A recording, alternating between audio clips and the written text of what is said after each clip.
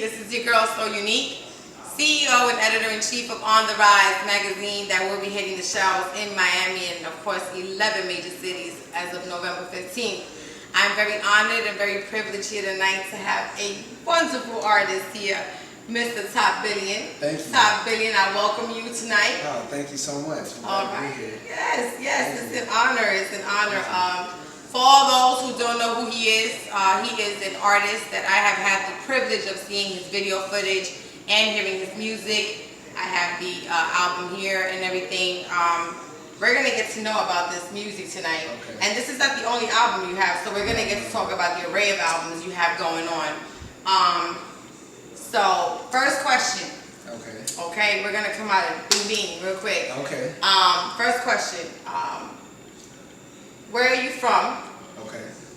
I'm from a small town called Monroe, Louisiana. Okay. And I'm 23 years old, young black male, just graduated college, and my dream was always to be a rapper. And another thing, thank you for having me tonight, because you're taking my interview virginity. So this is a historic moment. You got the first video interview with Top Billion ever. So this is... We're popping cherries. Yay! This is something historic. Okay. Yeah, I'm from a small country town, and I'm out here in Miami chasing my dreams, really. Okay. Yeah. All right. That's good to know. In addition to that, I'd like to ask you where did the name Top Billion come from? What gave you that name? Where did that come from? Top Billion came from the idea that there's a billion rappers out here, but I'm gonna be at the top one day. You know, I'm gonna be the best rapper. I'm gonna be the most well-known, the best lyricist. That's what I aim for. That's what I strive for. That's what I work for, and that's where it came from. Okay. All right. My next question to you is, all right, we all have that root, that background, that desire, that, you know, that seed that's planted within us. Where and when do you recall the seed of loving music and knowing that you wanted to proceed to become an artist? You know, where was that born? It was born when I was born. My dad took me home from the hospital, listening to Public Enemy and Sir Mix-a-Lot and Wu-Tang, all that type of stuff. I'm a straight hip-hop baby, you know. A lot of parents, you know, don't like their kids listening to hip-hop, but it was like what I was born into. And you know, when I was like 13 years old, I stole one of my dad's cassettes, Tupac's Me Against the World, and it was like, till this day, it's like my favorite album. So I would say 13 is when I really fell in love with music. Okay. So, you said that Tupac is your favorite artist, correct? Right. Okay, why? Just the passion he put into his music, the honesty, the fact he was willing to say things and do things that a lot of famous people would feel uncomfortable doing, and that's inspiring. Okay. And I want to be the same when I get to that level. Now, you have more than one album, correct? Right. I have 4 albums out on iTunes and Spotify, all digital online stores. Okay. Let's talk about the first project. You know, the first project. Let's go back there to the studio, to the booth. The first time you hit the booth. Let's discuss that. How did you feel? What was the first track you put down? And where did it stem from? Well, it wasn't a booth. It was my bedroom. Okay. In high school, all we did was, me and my friends, we would go back to my house and record songs. And, you know, I started taking it serious at 18. My first album was called Based on a True Story. It dropped when I was 19. And when you said take it back to those times, I really don't want to, because, you know, most artists' first album, they're usually very dark. Right. You know, they're very dark, they're very sad. And, you know, and that's what my first album was. I was going through a lot in my life, family life, seeing a lot. So I made those songs in my bedroom while I was hearing my parents argue in the next room. While I was, you know, talking to my brother, me and him breaking down in tears about something that's happening in the family, you know. Like, that's what inspired those songs on Based on a True Story, which a lot of people now to this day still say is my best album. You know, that's Of course. that's the curse of Of you course. know, the debut album. Yeah, and that's normally what transpires. I find that, you know, being in the industry and listening to so many different artists, their first, you know, tracks are always the best because those are the ones that are really stemming with fire. Yeah. You know, those are the ones that come with the 1-2 realness, as to say. Now, let's talk about your promotions. You know, what are you doing to promote yourself in past events, and what are you doing now as for current events to better your promotions? Past events, I was a Facebook, Twitter spammer. Like, because where I come from, we didn't have the open mics, the talent shows, any of that type of stuff. So it put us in a position, rappers from small towns, it was like, dang, the only way we have to get out is YouTube and Facebook.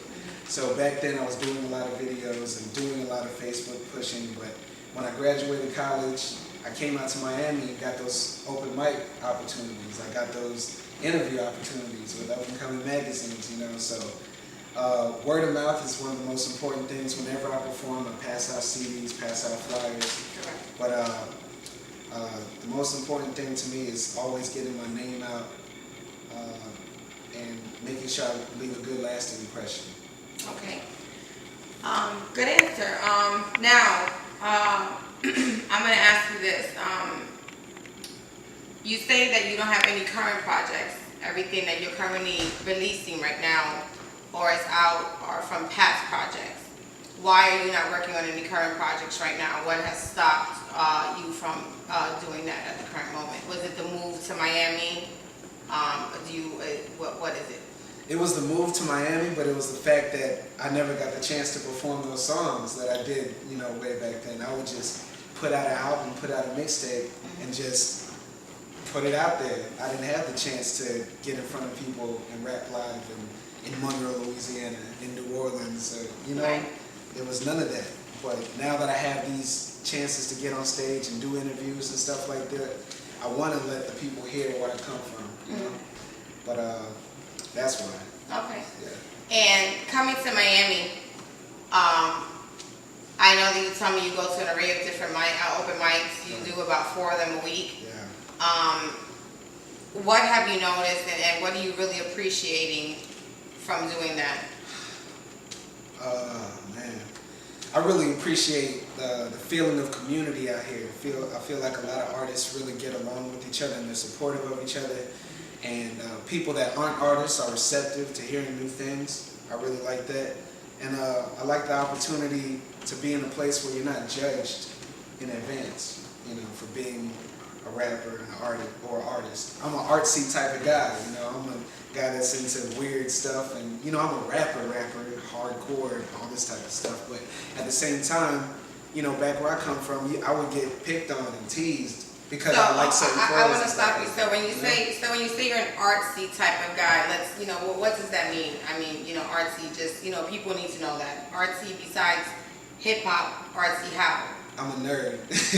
In the sense, I like to read. So you're a nerdy hip hop artist. I'm not a nerdy. I'm not a nerdy. Far from it. But you know, the fact is that I'm a smart guy. I don't downplay my intelligence. I don't downplay my interest in Pablo Picasso. I don't downplay my interest in high fashion. I don't downplay my interest in politics. I come from an educated family. I'm a smart guy. And I'm not going to change how I walk or talk or act so people can feel more comfortable about me.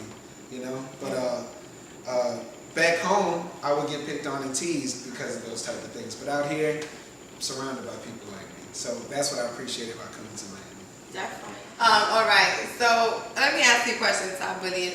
Who would you see yourself, or who would you like to work with in the entertainment industry? Everybody that I grew up admiring. It would be great to get in the studio with Kanye West, The Game, 50 Cent, Wayne, Boosie, Free Boosie, anybody. Lupe Fiasco, the lyricist, the real lyricist of the game. You know you've reached a plateau when you get Jay on your song. I would like to go bar for bar with Nas. That's a huge statement going ball for ball with Nas. I Ball for ball with don't Nas. know. I don't know. I'm a huge Nas fan. I don't know about that one. I studied You got to be Nas. really ready for that. I studied Nas, so I know what I'm going into. Okay. That's a huge bold statement. Now, can you tell us where you see yourself in the music industry in the next 3 years? In the next 3 years, Yes. 3 years is still a short time. 3 years, I'll be 26 years old. But there's plenty of 26-year-old millionaires, people that are doing it big at my age now. But the next 3 years, I see myself releasing albums independently from my company, Cypher Music Group Records, LLC, which I started in Florida. I see myself signing more artists. I see myself driving a better car than I am now. I see myself getting hundreds of thousands of views on YouTube regularly, developing my brand, my name awareness, doing more shows, getting paid for my shows, that type of stuff. Okay, now I have another question for you. Now, you see all these huge things, and that's wonderful. Now, what do you see yourself giving back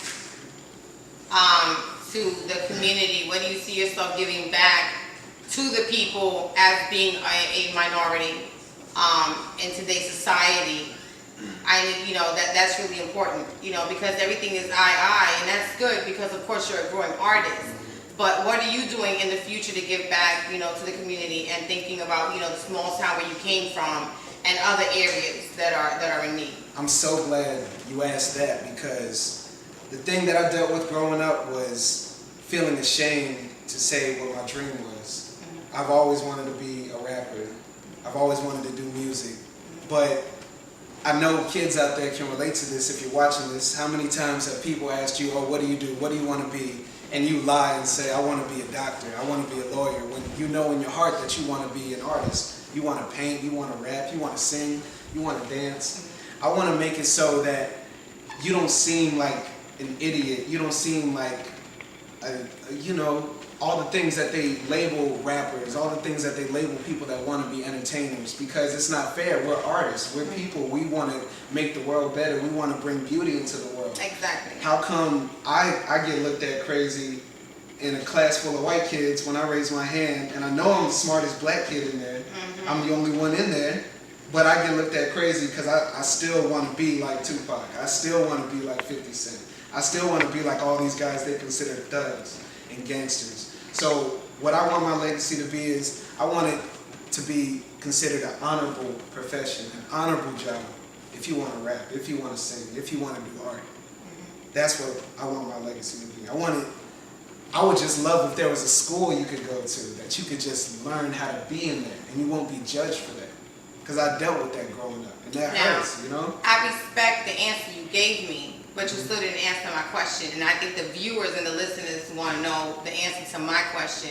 And my question to you was, what are you going to give back to the people when you become accomplished to the goals that you want? That was my question. So let's not deter from that. I don't know what I can give them as of right now. I don't know how to solve that problem. I just know how to look at the problem of what I see.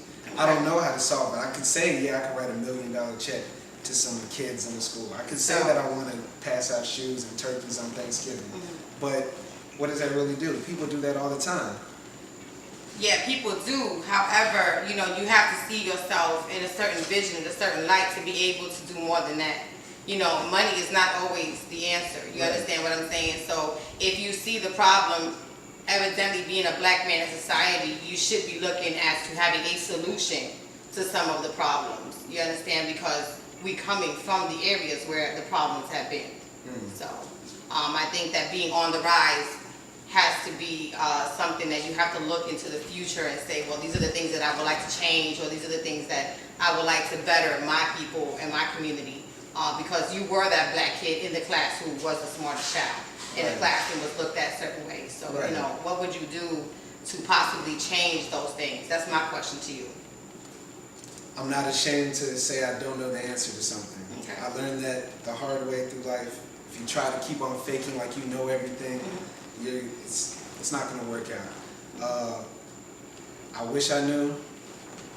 I just don't know the answer. And that's fine. And that's fine. Now my question is, now for what you're doing to promote your music, how are you getting your music across seas and you know in a global aspect? Because you say you only use certain devices such as Twitter and so forth. And me being an artist myself, and having, like I said, my stations and so forth, and having my promotions company, I know how vital that is to be able to get your projects out in the industry. Right. I'm getting my music out there to the global market. TuneCore, how I distribute all of my albums, they give you sheets every week that tell you where your songs are being played, and I've gotten plays in Norway, Sweden, Spain, the UK, China.